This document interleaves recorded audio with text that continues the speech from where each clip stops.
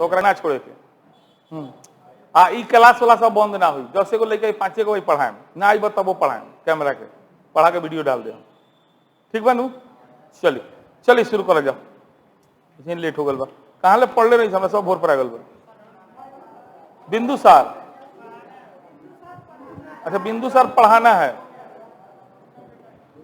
चलिए ध्यान दी तो जैसा कि अभी तक के कहानी से आप लोग जो सीखे हैं पहले उसको थोड़ा रिवीजन करा देते हैं ध्यान दीजिए गप नहीं कीजिए इधर ध्यान दीजिए कि जैसा आप जानते थे कि उत्तर पश्चिम सीमा पर जब यूनानियों का आक्रमण होता है उस समय वहां पर एक विश्वविद्यालय था तक्षशिला विश्वविद्यालय और वहीं के गुरु थे प्राचार्य थे कौन चाणक्य उस समय मगध जो था उत्तरी भारत का सबसे शक्तिशाली राजा था जहां पर नंद वंश का शासन था ऐसे परिस्थिति में चाणक्य सोचते हैं कि चलो चलते हैं नंदों के पास और जाकर मदद लेंगे और विदेशियों से भारत को आजाद कराएंगे तो बिल्कुल मतलब अच्छा इरादा लेकर के वो मगध आते हैं पटना पहुंचते हैं पाटलिपुत्रा और घनानंद से भेंट भी करते हैं लेकिन घनानंद चूंकि उनका कद काठी छोटा था रंग रूप सांवला था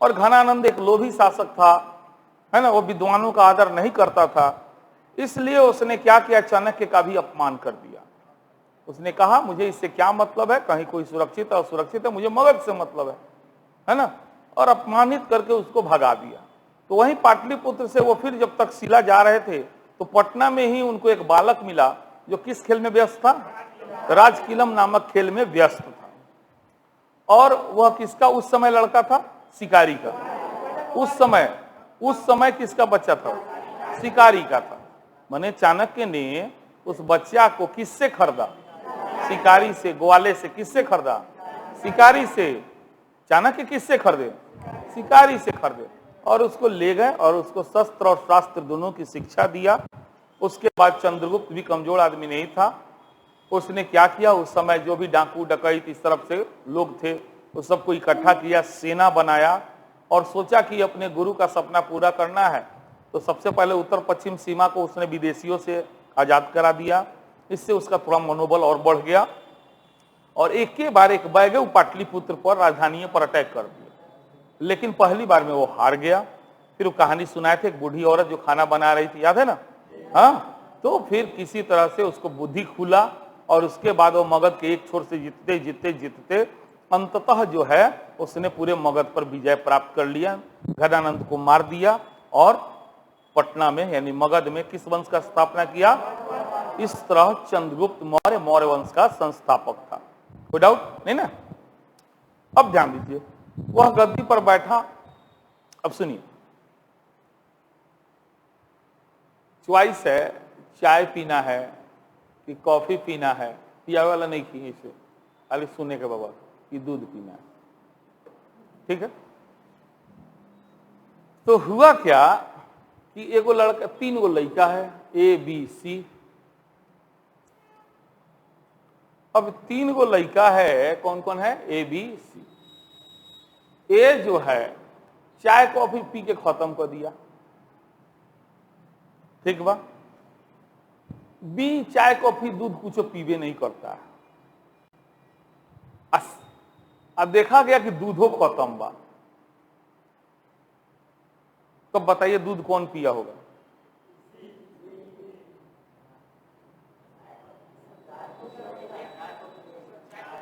ये जो है इसको चाय कॉफी पसंद है 3 गो सामान एंगा नानू तो नहीं बुझाई हेंगा बुझाई हम बुझाता नहीं मुर्गा मछली आ पनीर ठीक बा अब बुझाई तो नहीं के 3 गो आदमी बा ए बी सी ए के जे बा ओकरा मुर्गा मछली पसंद बा बी के में से कौनो पसंद नहीं खे आ सी के जे बा ओकरा का पसंद पता चलल कि सब खत्म बा सी के का पसंद बा नहीं खे पता सॉरी लेकिन जब देखल गल तो 3 खत्म बा तो ये बताओ पनीर कौन खैले हुई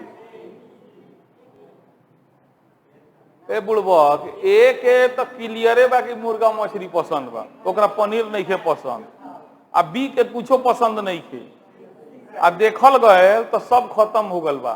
तो पनीरवा कौन खैलक? कौन खैलक?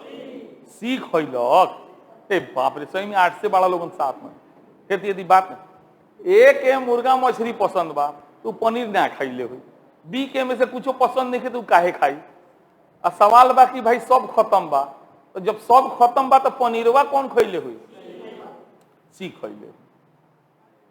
तो कलिंग के जीतलक अशोक, बस वो अपना अभिलेख में लिख ले बा कि हम कलिंग के जीतनी।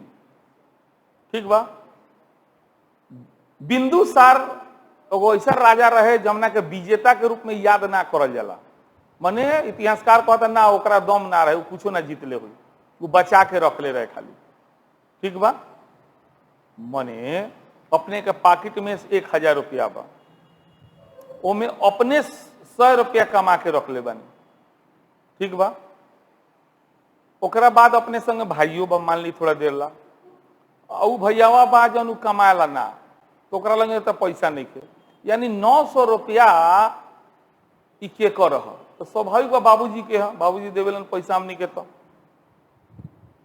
बात समझिए कि कलिंग को अशोक जीता, ये क्लियर है। तो बाकी क्षेत्र के कौन जीतलक? क्योंकि बिंदुसार विजेता के रूप में याद नहीं किया जाता है, तो बाकी क्षेत्र को कौन जीता होगा? चंद्रगुप्त मौर्य जीता होगा। अब मान लेनी एक और चीज देखिएगा, एक गोला 90 रुपया कमैलक, 90 रुपया रखलक, तू अपना बेटा के दे दिलक कि धर बबू 90 रुपया। ई बेचारा ना ओमे से जोड़लक ना घटैलक, एक गोला ओमे 10 रुपया जोड़ दिलक। ठीक बा। तो इनमें सबसे ज्यादा क्षेत्र पर शासन किसने किया? ए, बी, सी। सबसे ज्यादा, सवाल सुनिए ध्यान से, सबसे ज्यादा क्षेत्र पर शासन किसने किया? सी ने किया, 100% पर किया है। सबसे ज्यादा क्षेत्र किसने जीता? ए ने जीता। अरे 90% जीता है, तो 10% न जीता। तो समझ लोगन, रट्टा ना मारे के पड़े, लिख के आराम से चलेगा लोगन, 5-5, 10-10 लाइन। ए जोन था वो 90% एरिया जीता, बी ना जीता ना खोया, ना पाया ना खोया। 80 में 10% एरिया और जोड़ दिलक, माने 90 को तो ओकरा मिला रहे अपने बाबू से, ओमे 10% का कैलक और जोड़ दिलक, तो कितना परसेंट हो गई ओकरा? 100%। तो हम दू गो सवाल कहनी, सबसे ज्यादा क्षेत्र किसने जीता? फिर सी कहता क्यों? ए ने जीता, 90 को जीता है। और सबसे ज्यादा क्षेत्र पर शासन किसने किया? सी ने किया। तो ए केहू और ना है, ये चंद्रगुप्त। कौन है? और बी है बिंदुसार, और सी है, अब सुनो, बालो बच्चा 3 प्रकार के होला। एगो होला जब खूब अर्जेला, एगो होला ना अर्जेला ना गंवावेला, बेचारा बाप जितना देले रहे रखले रहेला, बचा देवेला। आ एगोला होला लिख लोला, पढ़ पत्तर समाप्त कर देवेला। तो जौन समाप्त करेला ओकरा के तो नालायक कह सकता रहा। जौन अर्जेला उ तो लायक रहे, लेकिन जौन बचा के रखलक उहो लायक रहे। जौन बचा के रखलक नु उहो लायक के श्रेणी में बा। कम से कम बाबू के धन तो निको में जोड़ियो ना, तो घटेबो मत करिए लोग। ई ना कि 20 बीघा दे के गइल ना, पता चलल में से 10 बीघा बेच के खा गई, अपना लड़का के 10 बीघा दे दी, तो नी लायक ना नालायक के श्रेणी में आ जाइए। अरे कम से कम 20 के 25 ना कर सकता रह, तो 19 मत करो। भाषा तो कैसे कह दिया? ठीक बा, बात समझ गया। तो जो बिंदुसार था वो कैसा शासक था? ये भी अच्छा शासक था। ये कैसा शासक था? और अशोक कैसा था? ये तो महान था। जो काम चंद्रगुप्त नहीं किया उस काम को इसने किया। इसे यही ना निष्कर्ष निकलता है कि ठीक है चंद्रगुप्त जीतने को बहुत जीता, लेकिन मेन एरिया वजह को जीतना था ओकरा तो जीतिए नहीं पाया था, तो उसको किसने जीता? अब ध्यान दीजिए, कहानी है, सुन लीजिए, सुनते रहिए, अच्छा लगेगा। चंद्रगुप्त को पूरा शिक्षा प्रशिक्षण उसको अपने वश में रखता था। चाणक्य गुरु था उसका। उसको खाना पीना, क्या पहनना है, कब उठना, कब सोना है, किससे मिलना है, ये सारा डिसाइड खुद चाणक्य करता था। और चाणक्य जानता था कि जब चंद्रगुप्त राजा बनेगा तो उसके कई दुश्मन भी बनेंगे और कोई भी छुप के आके वार कर सकता है, जहर दे सकता है, खाना में कुछ मिला के खिला देगा। चाणक्य तो अपने बीच खो पड़ा था। तो क्या करता था, उसको हल्का हल्का जहर देता था खाना में। चाणक्य चंद्रगुप्त को खाना में जहर देता था कि जहर थोड़ा थोड़ा खाएगा तो मरेगा नहीं और उल्टे ही 20 पुरुष बन जाएगा। इस उद्देश्य से, उसको मारने के उद्देश्य से नहीं देता था। उसको किस उद्देश्य से देता था कि ये 20 पुरुष बन जाए, कि इस पर किसी भी प्रकार का कोई विष काम न करे। अब एक दिन खाना में इतना जौहर तो उसका रूटीन था, इतना मिला देता था। अब वो खानवा का हुआ कि चाणक्य चंद्रगुप्त खाए खाए तले जाए तले को पत्नी के भूख लगा रही, खा ले ली। अब लड़की सब तो कमजोर हो सन मेहरारू सब, अब पेट में वो समय रहे लइका। अब का भल कि केहूँगा बेचारी के बचा देवल गल, लेकिन लइकवा भल तो देह पर ओकर इन्फेक्शन आ गल, पूरा चेचक खानी देह में निकल गल, चटका चटका खानी हो गल, बिंदु बिंदु बिंदु डॉट पड़ गल। वही से लइकवा के नाम पड़ गल बिंदुसार। समझ लो का भल कि बिंदुसार के समय में भी चाणक्य जिंदा रहे। मान चंद्रगुप्त मर जाए तो चाणक्य भी मर जाए, कौन जरूरी बका। तो चाणक्य जब चंद्रगुप्त मर गया ओकरा बादो चाणक्य जिंदा था और बिंदुसार को अपने संरक्षण में रह के शासन करवाता था। लेकिन एक और था, नाम हम भूल रहे, कंपटीशन में बता देंगे। उसको चाणक्य से बड़ा एलर्जी था। कहा कि जले ससुरा मरी ना तले दोसर को मैंने प्रधान आदमी बनी ना।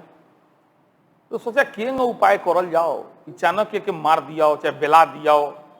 तो उहे का कोइलक कह दिलक एक दिन बिंदुसार के, रे तू ओकरा के भगवान बुझेलक, उतरा मातारी के जहर दे लोग समझ ले खाना में, है नु नहीं विश्वास देख ले अपन देहिया कैसे।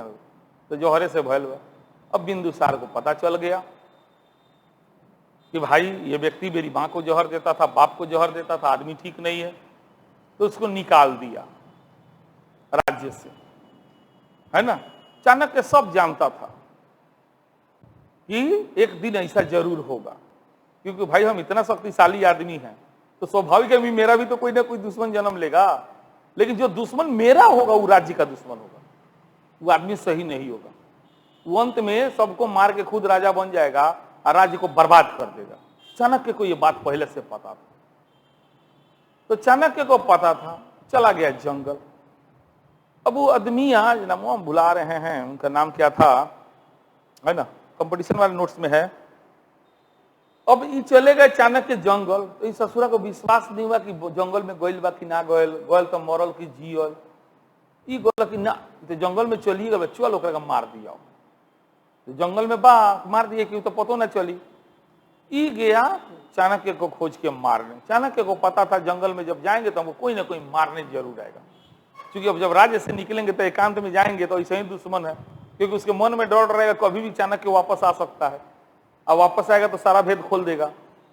तो चाणक्य चुपचाप बिंदुसार के दरबार से निकला, चला गया जंगल, और वो आदमिया जंगल में गया उसको चाणक्य को मारने, और वहीं जाके चाणक्य को मार दिया। अब मार के सोचा कि चाणक्य के पास बहुत खजाना होगा, गया खजानवा चेक करने। तो उसको मिला एगो संदूक। संदूक पूछते हैं ना, पेटी, है ना। वो पेटिया खोलते गया उनमें से और पेटी और पेटी और पेटी, है ना। अंत में उसमें एगो मिला दवाई। वो दवाइया के ऊपर लिखा था खाने के बाद अमर हो जाइएगा। बधवा के खा गया वो। और बाद एगो और पेटिया खोला तो फिर उनमें वो कागज निकला। तो जो खा लेगा वो नपुंसक हो जाएगा, वो दुनिया में कोई भी कड़वा चीज खाएगा उसको नहीं पचेगा, किसी स्त्री के पास जाएगा तो वो मर जाएगा। ऐसा ऐसा 50 को बात लिखल। अरे भाई अब हमर तो जिंदगी न रखो गए,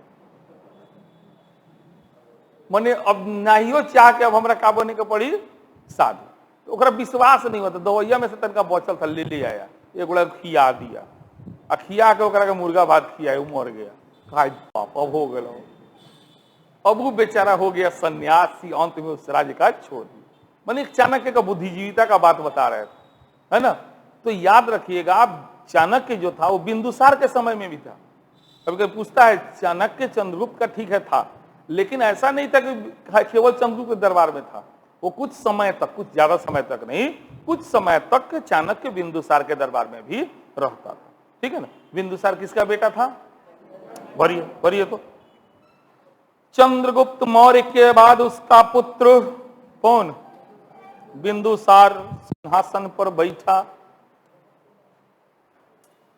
उसके समय की कोई उल्लेखनीय उपलब्धियों का पता नहीं चलता है, किंतु उसने अपने पिता से प्राप्त राज्य की सुरक्षा की। इस संदर्भ में समझ रहे हैं ना बात को? अब समझ आ रहा है कि जो भी बाबू ओकरा के दिले रही ओकर सुरक्षा कैलक, ए अर्थ में बिंदुसार भी एक महान शासक।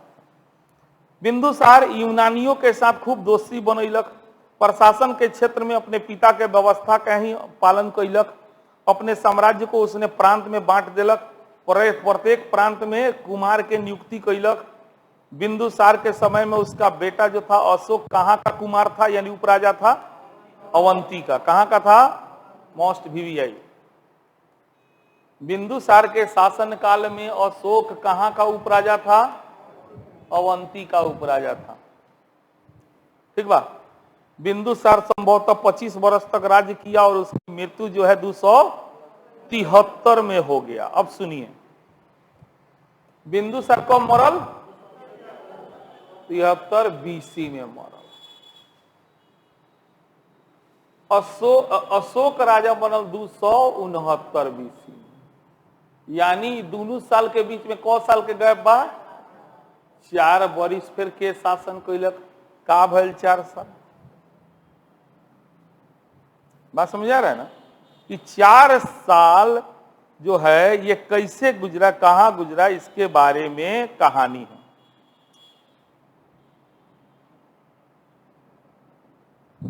एक्चुअली अशोक बचपन से चंडाल था, क्रूर था। समझ रहे हैं? वो बहुत अत्याचारी था। इसलिए बिंदुसार अपना उत्तराधिकारी अशोक को नहीं बनाया था। वो कहा नहीं, मेरे मरने के बाद अशोक राजा नहीं बने। अब इन परिस्थिति में जब बिंदुसार मारा तो इतिहासकार लिखते हैं कि अशोक जितना सिंहासन का दावेदार था सबको मार दिया। मैंने अपना 99 गो भाई के मर्डर किया, तब जाके ओकरा गद्दी मिला। बात समझ रहे हैं? इसीलिए अशोक को बौद्ध ग्रंथ में चंड अशोक माने चंडाल अशोक कहा गया है। बौद्ध ग्रंथ में अशोक को क्या कहा गया है? लेकिन अशोक के कुछ अभिलेख में अशोक खुद लिखता है अपने भाई के बारे में, जो उसका भाई जीवित था अशोक के समय में। अब बौद्ध ग्रंथ लिख रहा है कि अशोक अपना 99 गो भाई के मारा तब गद्दी पर बैठा। यानी अशोक लिख रहा है अपने अभिलेख में कि मेरे समय मेरे भाई लोग भी थे। तो ये दोनों बात सत्य कैसे हो सकता है? कोई एक न सत्य होगा। जब वो अपना सारा भाई के मार दिया होगा तो अशोक का भाई जिंदा नहीं रह सकता है, और जब उसका भाई जिंदा था तो यानी बौद्ध ग्रंथ गलत लिखा है। अब इस समस्या का समाधान सुनिए। कोई भी ग्रंथ अगर किसी के बारे में लिखता है ना, तो कहीं ना कहीं वो सामने वाले के बड़ाई से ज्यादा अपना बड़ाई चाहता है। जैसे अगर आप ही में से कोई टॉप कीजिएगा इंटर में, तो हम क्या बोलेंगे पता है? मेरा डायलॉग होगा, एक सामान्य टीचर का डायलॉग होगा। हम अपना नहीं कह सकते हैं, हो सकता है मेरा भी वही हो। लेकिन एक सामान्य टीचर आपसे कोई जाएगा आपके बारे में पूछने, मीडिया वाला जाए या कोई गांव का या कोई अलग बगल का, तो कैसा था? वो पढ़े ने महा बोका था, ऐसे ही कहेगा। ओकरा बड़ी मेहनत किए, हम खूब पढ़ाए हैं, दिन रात एक किए, लेकिन हम मेहनती था। लेकिन हमारा लगे आवे से पहले वो तो महा बोका बाहियात लड़का था। लेकिन इतना मेहनत करवाएं कि बिहार टॉप पर गया। ये बताइए वो आपका बड़ाई कर रहा है कि वो अपन बड़ाई कर रहा है? ये सच्चाई है, यही सच्चाई है कि बौद्ध कहता है, बौद्ध ग्रंथ, अशोक चंडाल था और जब बौद्ध धर्म के संरक्षण में आया तो वो समझिए सही सुनी हो गया। तो यहाँ तो सीधे बुझाता बौद्ध अपन बड़ाई करता रह सन, वो चंडाल रहे अब बौद्ध धर्म ग्रहण कोई तो नीमन हो गए। बात समझ में आ रहा है मेरा कि पहले आप कह रहे वो चंडाल था और जब बौद्ध धर्म ग्रहण कर लिया तो वो अच्छा हो गया। ठीक है आप पशु का बड़ाई कर रहे हैं, लेकिन वो में सबसे ज्यादा अपन बड़ाई कर रहे हैं, अपने धर्म का प्रचार कर रहे हैं कि आप भी मेरे संरक्षण में आ जाओ, आप भी अशोक की तरह बदल जाओगे। तो कहीं ना कहीं अपन धर्म को बढ़ाइए ना। तो बौद्ध ग्रंथ जो है बढ़ा चढ़ा के लिखा है। हाँ यह बात सही है कि भाइयों के बीच में जो है आपसी कुछ रंजिश थी, जिसके वजह से 200 कितना बताए थे 273 ईस्वी में ईसा पूर्व में बिंदुसार मरा, लेकिन 4 साल गृह युद्ध में उलझा रहा अशोक, है ना। और फाइनली वो 269 ईस्वी में गद्दी पर बैठा। अब जब वह गद्दी पर बैठ गया तो उसको जीतने के लिए कुछ था नहीं, एक वो क्षेत्र था बचा हुआ कलिंग, और कलिंग का बहुत महत्व था। ऐसा नहीं था कि अशोक पागल था। देखा कि कलिंग उड़ीसा में पड़ता है समुद्र के तट पर, तो जो व्यापारिक जहाज आता है तो यहां पर माल उतारता है, यहां से माल चढ़ाता। अगर ये एरियावा मगध में रही तो व्यापारिक दृष्टिकोण से अच्छा हुई कि ना हुई। तो उसको इच्छा थी कि नहीं कलिंग जैसा क्षेत्र मगध का अंग होना चाहिए। दूसरा, लड़ाई में उस जमाने में हाथी का बड़ा महत्व था, कलिंग में हाथी खूब मिलता था। तो सोचा कलिंग अगर हमर हो जाए तो हाथियों सब हमर हो जाए। इन्हीं सब कारणों से अशोक ने कलिंग पर अटैक कर दिया, लेकिन कलिंग का शासक भी बहुत शक्तिशाली था। फलतः अशोक ने खून का नदियां बहवा दिया, कई दिनों तक युद्ध चला और उसने कलिंग में पूरा जितना था सबको मरवा दिया, जैसे मानो खून की नदी बह रही हो। तो जब वह युद्ध जीत लिया और रणभूमि में गया तो चारों तरफ उसको लाश लाश दिखाई दे रहा है, खून खून दिखाई दे रहा है। अचानक से उसका हृदय द्रवित हो गया, दिमाग घूम गया। बोला जमीन के टुकड़ा के लिए हम इतना लोग को मरवा दिए ना, हम सही आदमी नहीं है। होता है कभी कभी ऐसा होता है जीवन में, पहले नहीं बुझाता है बाद में खूब बुझाता है कि हम एक जमीने का टुकड़ा ला इतना लोग के मरवा दिए, खून की नदियां बहवा दिए। वो पगला गया, लगा चिल्लाने तो भाई मुझे कोई बचा लो, अब हम नहीं जिएंगे, अब हम मर जाएंगे, हम पागल हो गए। तो वही समय एगो बौद्ध साधु उधर से गुजर रहा था, समझे। तो वहीं अशोक को समझाया कि परेशान ना हो, आप राजा हो, युद्ध जरूरी है। ठीक है आपने युद्ध किया, मनुष्य को मारा, आप तो पाप के भागीदार बन गए हो। अगर इस पाप से मुक्ति चाहते हो तो जितने को मारे हो उतना नया लोग को जीवन दे दो, कम से कम प्रायश्चित तो करोगे ना। तो यही सब सोच के अशोक क्या किया, बौद्ध धर्म ग्रहण कर लिया। भले वो बौद्ध धर्म ग्रहण कर लिया व्यक्तिगत रूप से, लेकिन वह शुरू से शिव जी का भक्त था। हाँ उसका व्यक्तिगत धर्म बौद्ध धर्म था, लेकिन उसने बौद्ध धर्म का प्रचार नहीं किया, उसने धम्म का प्रचार किया जो बौद्ध धर्म नहीं है। ये सभी धर्मों का सार है। सभी धर्मों में जो अच्छाइयां थी ना उस सबको निकाल के एगो नया तैयार किया, उसी को कहते हैं धम्म, जो सदाचार अनुशासन का नियम है। और क्या है अशोक का धम्म, क्या है, सदाचार का नियम है, अनुशासन का नियम है कि एक बेटा को कैसा होना चाहिए, एक राजा को कैसा होना चाहिए, प्रजा को कैसा होना चाहिए, सबके बारे में अनुशासन सदाचार इसी का चर्चा किया है। लोगों को समझाने का सिखाने का कोशिश किया है। पशु बलि का विरोध करना शुरू कर दिया, मांस खाना छोड़ दिया, शराब पीना छोड़ दिया, दिन रात दान देता था, हजारों लोग को बैठा के खिलाता था। अब ये सब देख रहा है, एक जगह कहानी है, सबको तो जरूरी नहीं है लेकिन सुनाते हैं, इंटरेस्टेड है। अब राजा, आप राजा हैं तो आपके अंदर साम दाम दंड भेद सब होना चाहिए। जब जैसा जरूरत पड़े उसका इस्तेमाल करना पड़ेगा ना। मान लिया आप अच्छा हो जाइए, पड़ोसी अच्छा ना हो तब वो तो अटैक कर देगा कि नहीं कर देगा। आप कहिए ना अब हम हथियार कहियो नहीं उठाएंगे, भाई ये तो खुला निमंत्रण है, कौन अटैक कर देगा पर क्रिया खेले बा लड़ाई ना लड़ी। तो आटविक जाति है उत्तर पश्चिम सीमा में। जब देखा कि अशोक पूरी तरह से हथियार त्याग दिया है, अब उसका ध्यान जो है लड़ाई वड़ाई पे नहीं रहता है, धीरे धीरे सेना का संख्या कम कर दिया, उसका ट्रेनिंग प्रशिक्षण कम कर दिया, वेतन भत्ता कम कर दिया, दान पुण्य ये सब काम शुरू करवा दिया, समझे। तब वो आटविक जाति सोचा का भाई मौका बा अटैक कर। अभी तले खबर मिल गया अशोक को कि भाई मगध पर अटैक करने वाला है सब। अशोक ने एक बार हुंकारा, याद करो इन हाथों ने हथियार छोड़ा है, चलाना नहीं भूला है।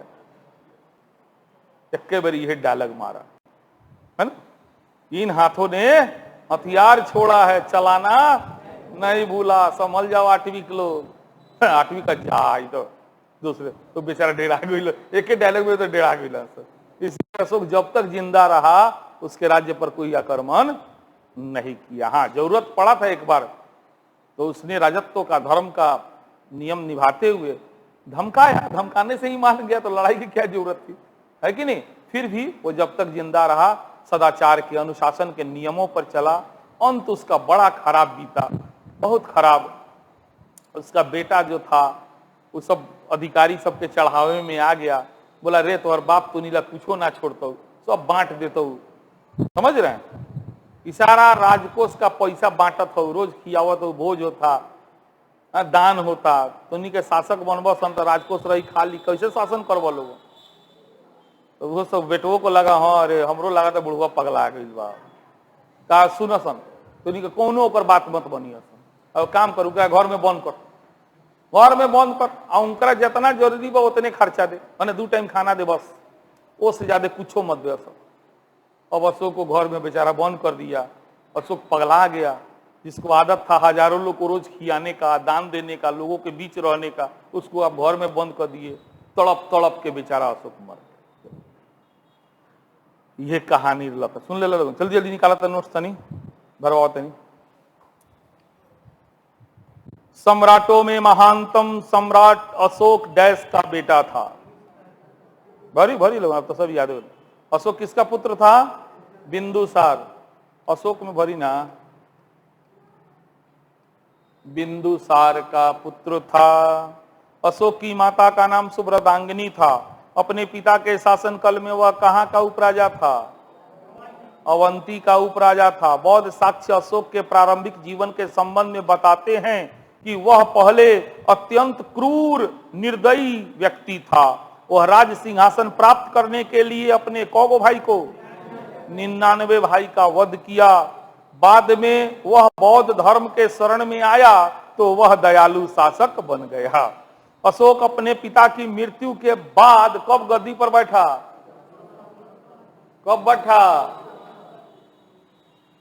269 ईसा पूर्व में गद्दी पर बैठा। इतिहास में अशोक की कई पत्नी के नाम का चर्चा मिलता है, जैसे देवी, कौमुदी, तिस्रक्षिता, कौरुवाकी आदि। डैश अशोक का पुत्र था महेंद्र। अशोक के बेटा का नाम महेंद्र एवं डैश उसकी बेटी थी संघमित्रा। संघमित्रा हो गए, संघमित्रा उसकी बेटी थी। अशोक का एक और बेटा का नाम मिलता है तीवर। हाँ, अशोक का ही बेटा का नाम मिलता है तीवर, तीवर। अशोक जिस समय गद्दी पर बैठा उस समय डैश को छोड़कर पूरा भारत उसके अधीन था। कौन सी को छोड़ के? कलिंग को छोड़कर। बनावल ऑब्जेक्टिव, मजा आ जाए साहब, है ना। कलिंग आर्थिक रूप से वो हाथियों की प्राप्ति के दृष्टिकोण से एक महत्वपूर्ण क्षेत्र था। अतः अशोक अपने राज्याभिषेक के 8वें वर्ष, कौवे वर्ष माने 269 के 8वें वर्ष, यही जवाब मिलता है, यानी कौवे 261, 8वें वर्ष यानी लगभग 261 ईसा पूर्व में कलिंग के विरुद्ध युद्ध छेड़ दिया। यह युद्ध बड़ा ही भयंकर हुआ। इस युद्ध में अशोक ने खून की नदियां बहा दी। इस युद्ध के बारे में जानकारी अशोक के कौवे अभिलेख 13वें 13वें शिलालेख से प्राप्त होती है। कलिंग युद्ध के भीषण नरसंहार ने अशोक के हृदय को द्रवित कर दिया। अशोक को लगने लगा कि भूभाग के लिए मनुष्य की हत्या कहीं से जायज नहीं है। इसी समय वह बौद्ध धर्म के शरण में आया। बौद्ध धर्म का मुख्य सिद्धांत अहिंसा था। अहिंसा के सिद्धांत से प्रभावित होकर अशोक हमेशा के लिए अपनी तलवार को मयान में डाल दिया और हिंसा का रास्ता त्याग दिया। इसके बाद अशोक के इतिहास में एक नए युग की शुरुआत होती है। यह युग था शांति, सामाजिक प्रगति और धम्म के प्रचार का। मृत्यु। अशोक के जीवन का अंतिम समय बड़ा कष्टपूर्ण बीता। उसके एक बेटा संप्रति ने उसकी बात मानने से इनकार कर दी। अशोक के खर्चों पर रोक लगा दी गई। दान के लिए पैसा देना बंद कर दिया गया। इससे अशोक बड़ा दुखी हुआ और इसी विषम परिस्थिति में उसकी मृत्यु लगभग 237 ईसा पूर्व में हो गई। जी, अशोक का को बेटा रहे और अभी 2 नाम बतानी है। इंटर में काम चला हुआ, कंपटीशन में है, सब कहानी सुना है नु। एगो बेटा महेंद्र, एगो तीवर बताइनी, इतना पचावा इंटर में, बाकी कंपटीशन में। चलिए, अशोक का धर्म। यद्यपि अशोक ने व्यक्तिगत रूप से कौन धर्म ग्रहण किया? बौद्ध धर्म, याद रखिएगा। लेकिन वह सभी धर्मों के प्रति आदर भाव रखता था। कलिंग युद्ध के बाद उसने हिंसा का रास्ता त्याग कर अहिंसा तथा सदाचार पर चलना शुरू कर दिया। उसने न केवल युद्ध का त्याग किया बल्कि शिकार खेलना, पशु पक्षियों की हत्या करना, मांसाहार खाना आदि तक वह छोड़ दिया। अशोक का धर्म सदाचार का धर्म था। उसने धर्म से संबंधित जो नियम बनाया वह वास्तव में नैतिकता का नियम था। इसका किसी संप्रदाय माने धर्म विशेष से कोई मतलब नहीं था, बल्कि यह सभी धर्मों के अच्छाइयों का संग्रह था। धर्म के माध्यम से वह मानवता का कल्याण करना चाहता था। इसके बावजूद भी अशोक का धर्म बौद्ध धर्म के सिद्धांतों से ज्यादा प्रभावित था। उसने अपने पुत्र, अंडरलाइन कीजिए, उसने अपने पुत्र महेंद्र और पुत्री संघमित्रा को धर्म के प्रचार के लिए कहां भेजा? श्रीलंका भेजा। इतना ही नहीं, धर्म महामात्रों की नियुक्ति की जो उसके धर्म के प्रचारक थे। अशोक ने धर्म के प्रचार के लिए किसकी नियुक्ति की? धम्म महामात्र। अपने बेटा डैश महेंद्र तथा बेटी को धम्म के प्रचार के लिए कहां भेजा? आज के लिए इतना, कल कंटिन्यू रहेगा। ठीक ठाक पढ़ा दिए।